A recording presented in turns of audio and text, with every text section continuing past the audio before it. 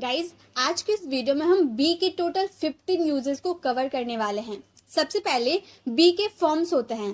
First form हमारा होता है बी, सेकेंड फॉर्म होता है वॉज, थर्ड फॉर्म होता है बिन और फोर्थ फॉर्म होता है बीइंग। तो हम आज सबसे पहले हम फोर्थ फॉर्म के बारे में बात करेंगे, बीइंग के बारे में। बीइंग का मतलब होता है के नाते, होने के नाते या होने के बावजूद। जब भी आपके हिंदी वाले सेंटेंस में कि मैं तुम्हारे भाई होने के नाते या फिर वह तुम्हारा दोस्त होने के नाते, इतना कुछ होने के बावजूद भी वो तुम्हारा मदद कर रहा है, तो ऐसे वाले सेंटेंस में आपको बीइंग का यूज करना है कि के नाते, होने के नाते, होने के बावजूद आपके सेंटेंस में आता है। तो इसका स्ट्रक्चर सबसे पहले आपको बीइंग यूज करना होता है। देन ऑब्जेक्ट, जो भी उसमें ऑब्जेक्ट होता है जिसपे काम किया जाता है वो आता है। देन सेंटेंस, सेंटेंस मतलब कोई सा भी सेंटेंस हो सकता है, आपका मॉडल वाले भी सेंटेंस हो सकता है, चाहे आपके टेंस वाले भी सेंटेंस हो सकते हैं। जैसे कि आप ऐसा सेंटेंस बोलते हो ना, भाई होने के नाते मैं तुम्हें एक सलाह देना चाहता हूँ, तो भाई होने के नाते ये हमारा एक अलग सेंटेंस हो गया। एंड सेकेंड सेंटेंस हुआ मैं तुम्हें एक सलाह देना चाहता हूँ। तो ऐसे वाले सेंटेंस में हम वांट का यूज करते हैं। ये तो हमें पता है क्योंकि हम लोगों ने वांट वाले क्लास में सीखा था।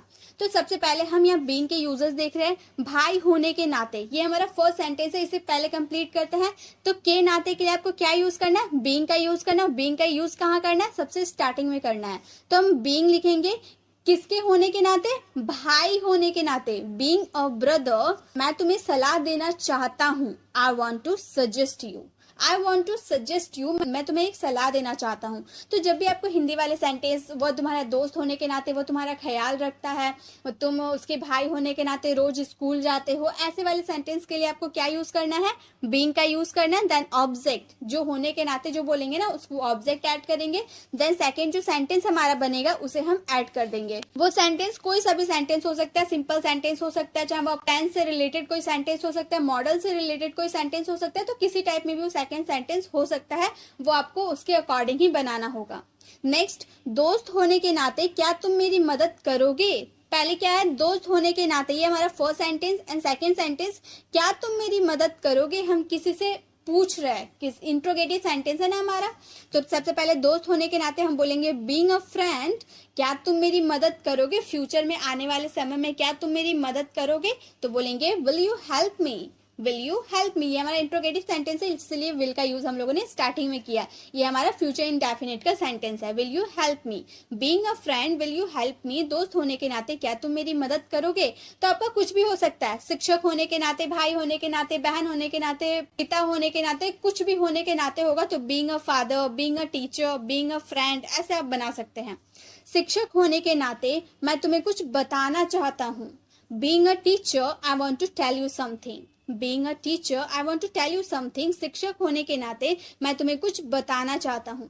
तो जब भी आपको कोई चीज होने के नाते बोलना, बॉस होने के नाते बीइंग अ बॉस, बहन होने के नाते बीइंग अ सिस्टर, पिता होने के नाते बीइंग अ फादर, इस तरह से आप किसी नाते के बारे में बोले ना तो उसमें बीइंग का यूज करें। देन ऑब्जेक्ट का यूज करें, फिर आपका जो भी सेंटेंस, जैसा भी सेंटेंस हो उसे कंप्लीट करें। तो एक सेंटेंस आप लोगों के लिए है, एक फौजी होने के नाते उसे लड़ना आता है। फौजी होने के नाते बोल रहे हैं ना, तो ये हमारा फर्स्ट सेंटेंस, उसे लड़ना आता है, ये हमारा सेकेंड सेंटेंस। ताहती है यानी कि हमारा प्रेजेंट इंडेफिनिट का सेंटेंस है, इसे आपको कंप्लीट करना है और इसका आंसर आपको कमेंट बॉक्स में करना है। नेक्स्ट हमारा यूजेस है, बीइंग के साथ वर्ब का थर्ड फॉर्म अगर हम लगा देते हैं तो हमारा पेसिव वाले सेंटेंस हो जाते हैं। किया जा रहा है, किसी के द्वारा कोई काम किया जा रहा है, उसमें हम बीइंग के साथ वर्ब का थर्ड फॉर्म यूज करेंगे। सबसे पहले आपको सब्जेक्ट लगाना होगा, देन इजएमआर लगाना, क्योंकि आप प्रेजेंट की बात कर रहे हैं ना, किया जा रहा है, कोई काम कंटिन्यू चल रहा है, इसलिए इजएमआर के साथ हम वर्ब में आईएनजी लगाते हैं। तो बीइंग में आईएनजी लगाएंगे, देन वर्ब का थर्ड फॉर्म लगाएंगे। आम तोड़ा जा रहा है, आम किसके द्वारा तोड़ा जा रहा है ये नहीं पता, इसलिए ये पेसिव वाले सेंटेंस है, लेकिन तोड़ने का काम अभी कंटिन्यू हो रहा है ना, तो ये हमारा प्रेजेंट कॉन्टिन्यूअस का भी सेंटेंस है, तो इसे हमें ध्यान से बनाना होगा। आम तोड़ा जा रहा है, क्या तोड़ा जा रहा है? आम तोड़ा जा रहा है ना। द मैंगोज, मैंगोज है, बहुत सारे आम है, इसलिए आर का यूज किए। देन हमें बीइंग का यूज करना था, ये हमारा वर्ब का फोर्थ फॉर्म, आप इसे समझ लीजिए, वर्ब का फोर्थ फॉर्म है। देन ये हमारा सेकेंडरी वर्ब आप समझ सकते हैं, सेकेंडरी वर्ब हो गया प्लग्ड। वर्ब का थर्ड फॉर्म तोड़ने के लिए प्लग का यूज होता है और थर्ड फॉर्म प्लग्ड हो जाता है। The mangoes are being plugged. सड़क बनाई जा रही है, किसके द्वारा बनाई जा रही है ये हम लोगों ने नहीं बताया, सिर्फ इतना हम लोगों ने बताया कि सड़क बनाई जा रही है। The road is being built, the road is being built, उसे दिल्ली भेजा जा रहा है, पिता के द्वारा, बॉस के द्वारा, भाई के द्वारा, किसके द्वारा नहीं पता, लेकिन उसे भेजा जा रहा है। He is being sent to Delhi, he is being sent to Delhi, उसे दिल्ली भेजा जा रहा है। तो कोई भी सेंटेंस किया जा रहा है, कोई काम अभी कंटिन्यू भी चल रहा है और पेसिव वाले सेंटेंस भी है, तो उसमें आपको बीइंग और थर्ड फॉर्म लगाना ही है। आपको ध्यान में रखना है हिंदी वाले सेंटेंस। अगर आपका कोई काम कंटिन्यू अभी चल रहा है और वो पेसिव वाले सेंटेंस है, पढ़ के तो समझ में आ जाता है कि पेसिव वाले कैसे सेंटेंस होते हैं, उसमें सब्जेक्ट का जिक्र नहीं होता है, तो ये तो आपको पढ़ के समझ में आ जाएगा कि पेसिव वाले सेंटेंस है और उसमें काम अगर कंटिन्यू चल रहा है तो उसमें बीइंग के साथ आपको वर्ब का थर्ड फॉर्म लगाना है, बिल्कुल इसी स्ट्रक्चर को फॉलो करते हुए। अगर प्रेजेंट की बात करें तो नेक्स्ट यूजेज है बीइंग प्लस एडजेक्टिव, होना, कोई चीज होना। चलिए एग्जांपल के थ्रू मैं बताऊंगी। स्ट्रक्चर है बीइंग आपको लगाना है, देन एडजेक्टिव लगाना है। एडजेक्टिव यानी कि किसी की विशेषण, किसी की विशेषता लिखना है। देन आपको इज या आर का यूज करना है। देन कॉम्प्लीमेंट, जिसपे आप कॉम्प्लीमेंट करें वो लिखना, जैसे कि मेरे लिए घर होना जरूरी है, मेरे लिए घर होना जरूरी है, कोई चीज होना जरूरी है, अच्छी बात है कोई चीज होना, तो होना के सेंस में आपको बीइंग प्लस एडजेक्टिव का यूज करना। एडजेक्टिव क्या है, मेरे पास एक घर होना, ये एडजेक्टिव है। एक घर हमारा एडजेक्टिव है और एडजेक्टिव के पहले में बीइंग का यूज करना, क्योंकि होना, होने की बात करें इसलिए being a house is, present की बात करें जरूरी है इसलिए इज नेसेसरी फॉर मी, मेरे लिए। Being a house is necessary for me, मेरे लिए घर होना जरूरी है। तुम्हारे साथ होना अच्छी बात है, तुम्हारे साथ होना अच्छी बात है। Being with you is good things, being with you is good things. सभी को दोस्त होना अच्छी बात है, किसी को लड़ना नहीं चाहिए, सभी को दोस्त होना अच्छी बात है। Being a friend to all is a good things, being a friend to all is a good things. एक सेंटेंस आप लोगों के लिए, ईमानदार होना एक सच्चे इंसान की पहचान है, ईमानदार होना एक सच्चे इंसान की पहचान है। इसका आंसर आपको कमेंट बॉक्स में करना है। नेक्स्ट यूजेस है बीइंग के साथ अगर वर्ब का थर्ड फॉर्म लगा देते हैं, तो इससे पहले हम लोगों ने देखा था ना पेसिव वाले सेंटेंस, पेसिव वाले सेंटेंस ये भी है कोई काम किए जाने से। पेसिव वाले सेंटेंस में हम यूज कर रहे हैं, ये भी हमारा पेसिव वाले सेंटेंस है, लेकिन इसमें हम कोई काम कंटिन्यू नहीं दिखा रहे। उसमें कोई काम कंटिन्यू था, पेसिव वाले भी सेंटेंस थे, इसमें कंटिन्यू कोई काम नहीं होगा। कोई काम किए जाने से कुछ हो सकता है, जैसे चोर गिरफ्तार होने से डरता है, कोई काम किए जाने से डरता है ना, गिरफ्तार होने से डरता है, तो हम बोलेंगे the thief is scared of being arrested, The thief is scared of being arrested. वह पीटा जाना नहीं चाहता है, किसके द्वारा पीटा नहीं जाना चाहता है वो नहीं बताया, सिर्फ वह पीटा जाना नहीं चाहता है। He doesn't want being beaten, he doesn't want being beaten. वह पीटने के बारे में सोचकर चिंतित रहता है। He is worried about being beaten thinking, He is worried about being beaten thinking, या फिर after thinking का भी यूज कर सकते हैं। इसके लिए आप after thinking का भी यूज कर सकते हैं, thinking का भी यूज कर सकते हैं। एक सेंटेंस आप लोगों के लिए, राम पढ़ाई करने से डरता है। कोई काम करने से डरता है, कौन सा काम करने से डरता है, पढ़ाई करने से डरता है, तो इसका आंसर आपको कमेंट बॉक्स में करना है। नेक्स्ट यूजेज है बिन, बी का जो थर्ड फॉर्म होता है ना बिन, बी वॉज बिन, मैंने बताया था बिन का मतलब किसी समय से कर रहा है, मतलब किसी समय से वो काम स्टार्ट किया, अभी भी कंटिन्यू चल रहा है। ये कौन सा टेंस हो गया, ये हमारा प्रेजेंट परफेक्ट कॉन्टिन्यूअस टेंस हो गया। सबसे पहले हमें सब्जेक्ट यूज करना होता है, देन हैज हैव के साथ बिन का यूज करना होता है, वर्ब का फोर्थ फॉर्म लगाना होता है क्योंकि कोई काम कंटिन्यू चलता है, देन ऑब्जेक्ट लगाना होता है, देन सिंस फोर का यूज करना होता है टाइम के अकॉर्डिंग। जैसे वह सुबह से खेल रहा है, हमें पता है ना वो कब से खेल रहा है, सुबह से खेल रहा है, तो कोई टाइम, अगर पॉइंट ऑफ टाइम की अगर आप बात करें तो उसमें सिंस का यूज करें, अगर टाइम ड्यूरेशन की बात करें तो उसमें फोर का यूज करें। अब point of time, time duration क्या है वो भी मैं बताती हूँ।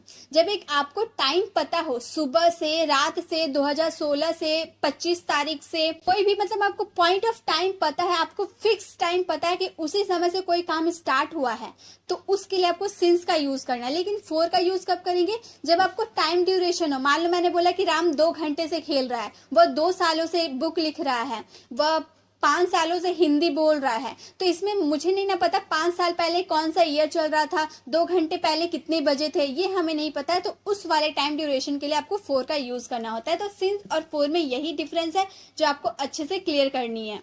वह सुबह से खेल रहा है, हमें पॉइंट ऑफ टाइम पता ना, कब से, सुबह से खेल रहा था, हम बोलेंगे he has been playing since morning. सुबह से के लिए सिंस मॉर्निंग का यूज करेंगे। मैं 5 सालों से ये काम कर रहा हूं, तो हमें पता है 5 साल पहले कौन सा ईयर चल रहा था, आपको पता है? 2016 था, 2015 था, क्या चल रहा था हमें नहीं पता, सिर्फ हम लोगों ने 5 years बताया, तो उसके लिए हम 4 का यूज करेंगे। I have been working here for 5 years। I have been working here for 5 years। तुम 2 महीनों से अंग्रेजी सीख रहे हो। 2 महीने पहले कितने, अप्रैल चल रहा था, मार्च चल रहा था, क्या चल रहा था वो हमें नहीं पता, तो हम इसमें 4 का यूज करेंगे। हम बोलेंगे you have been learning English for 2 months। You have been learning English for 2 months। एक सेंटेंस आप लोगों के लिए, हम लोग बचपन से क्रिकेट खेल रहे हैं, बचपन से खेल रहे हैं, इसका आंसर आपको कमेंट बॉक्स में करना है। नेक्स्ट, बिन का यूज करेंगे, किसी समय से कोई काम कर रहा था। यहाँ पे हम लोगों ने किसी समय से कोई काम कर रहा है, प्रेजेंट में बात कर रहे थे। अब हम बात करेंगे पास्ट में कोई काम किसी समय से चल रहा था, तो पूरा स्ट्रक्चर सेम है, बस आपको हैज बीन और हैव बीन के जगह हैड बीन का यूज करना है सभी सब्जेक्ट के साथ। वह इस प्रोजेक्ट पर वर्षों से काम कर रहा है, वर्षों से बोल रहा है, लेकिन कितने वर्ष से, 5 years, 4 years या 2016, 2017 कुछ बोला है? नहीं बोला है, सिर्फ वर्ष बोला है, तो हमें फिक्स टाइम नहीं पता है, तो हम बोलेंगे he had been working on this project for years। He had been working on this project for years। Next, हम लोग इस कंपनी में 2 सालों से काम कर रहे थे। 2 साल पहले कौन सा ईयर चल रहा था नहीं पता, यानी कि 4 का यूज करेंगे। We had been working in this company for 2 years। We had been working in this company for 2 years। तुम बचपन से राहुल से बात कर रहे थे। You had been talking to Rahul since childhood। You had been talking to Rahul since childhood। एक sentence आप लोगों के लिए, रोहन बचपन से क्रिकेट खेल रहा था, इसका आंसर आपको कमेंट बॉक्स में करना है। नेक्स्ट यूजेस है, बिन का यूज करेंगे किया जा चुका होगा वाले सेंस में, कोई काम किसी के द्वारा फ्यूचर में किया जा चुका होगा। ये पेसी वाले सेंटेंस है फ्यूचर के लिए। सबसे पहले सब्जेक्ट यूज करेंगे, देन विल हैव बीन का यूज करेंगे वर्ब के थर्ड फॉर्म के साथ, क्योंकि पेसी वाले सेंटेंस में वर्ब का थर्ड फॉर्म ही लगता है, एंड द लास्ट ऑब्जेक्ट का यूज करेंगे। क्रिकेट खेला जा चुका है, रोहन के द्वारा, रवि के द्वारा, राम के द्वारा, किसके द्वारा नहीं पता, लेकिन क्रिकेट खेला जा चुका है। Cricket will have been played, आने वाले समय में क्रिकेट खेला जा चुका होगा, cricket will have been played. Room साफ किया जा चुका होगा नौकर द्वारा, जैसे हम बोले अगर नौकर द्वारा हम यहाँ ऐड करेंगे तो हम बोलेंगे this room will have been cleaned by servant. यहाँ पे अगर हम नौकर द्वारा बोलेंगे तो यहाँ पर बाय सर्वेंट का यूज कर देंगे, बोलेंगे the room will have been cleaned by servant. लेकिन हम अंडरस्टूड है कि किसी के द्वारा तो रूम साफ किया जाएगा, इसलिए हम यहाँ पर सब्जेक्ट का जिक्र नहीं करते हैं। परीक्षा खत्म हो गया होगा, the exam will have been ended. सब्जी बिक गया होगा, इसका आंसर आपको कमेंट बॉक्स में करना है। नेक्स्ट एग्जाम्पल है, हैज और हैव के साथ बिल, ऐसी वाले सेंटेंस है किसी के द्वारा कोई काम किया जा चुका है प्रेजेंट में। अभी हम लोगों ने फ्यूचर की बात की है ना कि किया जा चुका होगा, तो विल हैव बीन का यूज किए। अगर प्रेजेंट में कोई काम किया जा चुका हो तो उसमें हैज और हैव बीन का यूज करेंगे वर्ब के थर्ड फॉर्म के साथ। पत्र लिखा जा चुका है, किसके द्वारा नहीं पता, लेकिन पत्र लिखा जा चुका है। और लेटर हैज बीन रिटन, और लेटर हैज बीन रिटन, तुम्हें इस बारे में बताया गया है। You have been told about it, you have been told about it. उसे पैसे दिया गया है, he has been given money, he has been given money. सड़क बनाया जा चुका है, इसका आंसर आपको कमेंट बॉक्स में करना है। नेक्स्ट यूजेस है, हैव और हैज के साथ बिन लगा देंगे, किसी समय से है, कोई चीज किसी समय से है, कोई चीज किसी समय से हो रहा है। जैसे सबसे पहले आपको सब्जेक्ट यूज करना है, हैज और हैव बीन का यूज करना, ऑब्जेक्ट का यूज करना, सिंस और फॉर का यूज करना टाइम के अकॉर्डिंग। मैं 6 सालों से दिल्ली में हूँ, 6 सालों से मैं दिल्ली में हूँ, तो हम बोलेंगे I have been Delhi for 6 years। I have been Delhi for 6 years। वह लंबे समय से घर पर है। He has been at house for a long। He has been at house for a long। Rahul बचपन से मेरा दोस्त है। Rahul has been my friend since childhood। Rahul has been my friend since childhood। एक सेंटेंस आप लोगों के लिए है, वह कुछ महीनों से काम कर रहा है, इसका आंसर आपको कमेंट बॉक्स में करना है।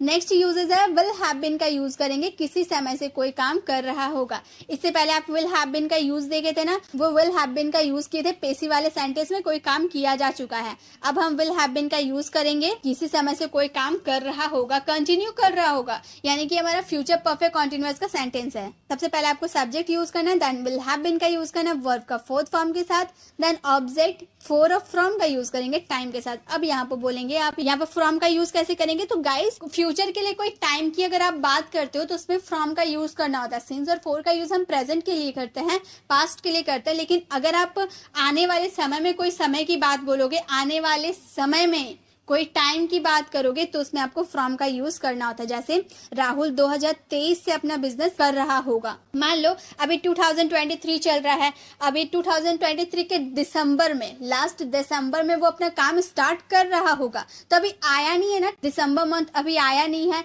तो आने वाले समय में वो काम कर रहा होगा, तो वो वाले समय के लिए आपको फ्रॉम का यूज करना होगा। कि आप फ्यूचर की भी बात करें, अभी वो आया नहीं है, तो उसके लिए आपको हमेशा फ्रॉम का यूज करना होगा। Rahul will have been doing his business from 2023। Rahul will have been doing his business from 2023। हम लोग कल से अपना काम करते रहेंगे, अभी नहीं कर रहे लेकिन कल से आने वाले समय से करते रहेंगे। We will have been doing our work from tomorrow.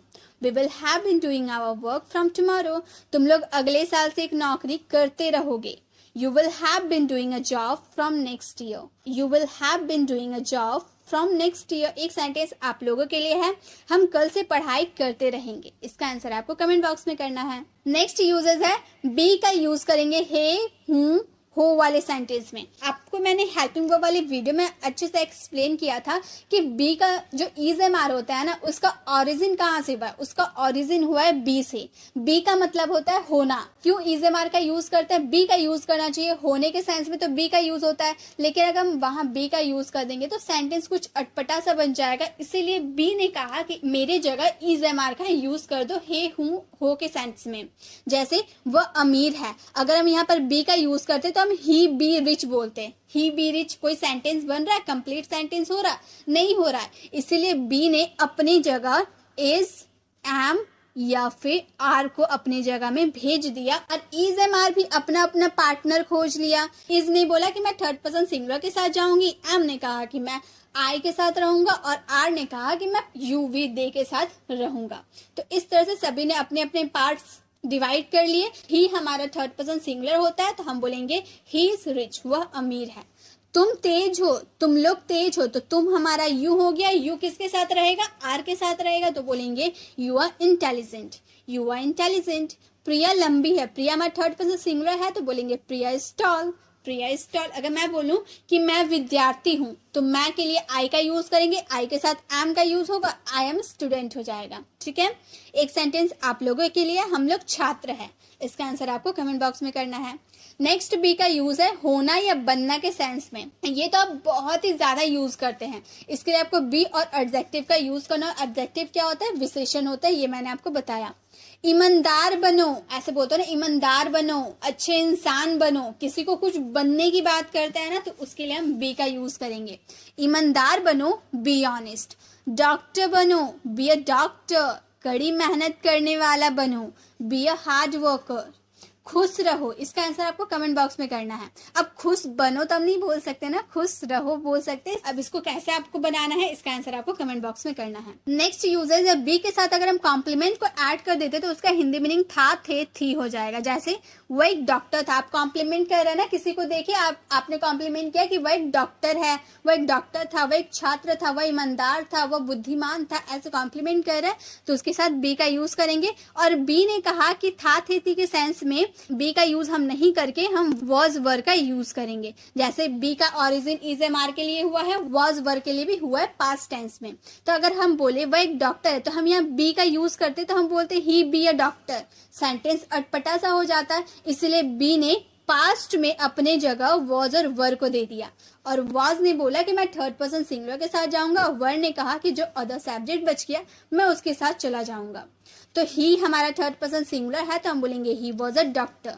वह एक डॉक्टर था, he was a doctor. Ravi एक छात्र था, Ravi was a student, Ravi was a student. Roshan ईमानदार था, Roshan was honest, Roshan was honest. वे लोग खिलाड़ी थे। इसका आंसर आपको कमेंट बॉक्स में करना है। नेक्स्ट यूजेस है, बी का यूज इज एम आर के साथ करेंगे। ये तो मैंने बताया कि ओरिजिन ही हुआ है, बी से ही इज एम आर का ओरिजिन हुआ। ये हम कब यूज करेंगे?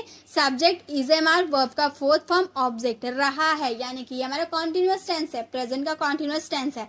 मैं बाजार जा रहा हूँ, मैं खेलने जा रहा हूँ, मैं पढ़ने जा रहा हूँ, मैं स्कूल जा रहा हूँ, ऐसे वाले सेंस में आपको इज एम आर का यूज करना है वर्ब के फोर्थ फॉर्म के साथ। और इज एम आर किसके जगह आया है? बी के जगह आया है, ये हमेशा आपको याद रखना है। इज एम आर का ओरिजिन कहाँ से हुआ है? बी से हुआ है। मैं बाजार जा रहा हूँ, I am going to market, present continuous tense, आपको बहुत अच्छे से पता होगा।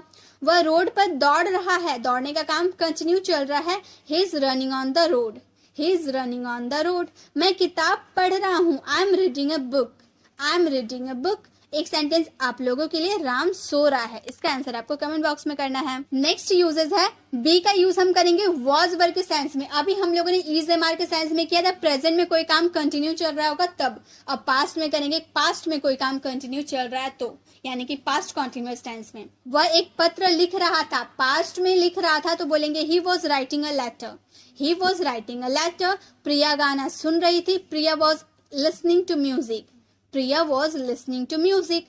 हम लोग क्रिकेट खेल रहे थे, we were playing cricket, we were playing cricket. एक सेंटेंस आप लोगों के लिए, वह खेल रहा था, इसका आंसर आपको कमेंट बॉक्स में करना है। तो गाइज यही थे हमारे बीइंग के यूजेस। आई होप आपको सारे यूजेस अच्छे से समझ में आ गए होंगे। आप फिर से वीडियो को प्ले करके देख सकते हो, क्योंकि ये सब जो मैंने सेंटेंस आपको बनाया, आप डे टू डे कॉन्वर्सेशन में उसे यूज करते ही हो, तो इसे जरूर आपको अच्छे से समझना चाहिए। अब वीडियो कैसे लगे, वीडियो को कमेंट बताना बिल्कुल भी ना भूले। अच्छी लगी तो लाइक जरूर करें। अगर आप चैनल पर ने अभी तक हमारे चैनल को सब्सक्राइब नहीं किया तो सब्सक्राइब का बेल आइकन को जरूर क्लिक करें, ताकि आने वाली वीडियोस की नोटिफिकेशन आपको समय पे मिलती रहे। मिलते हैं नेक्स्ट वीडियो में, तब तक के लिए कीप लर्निंग।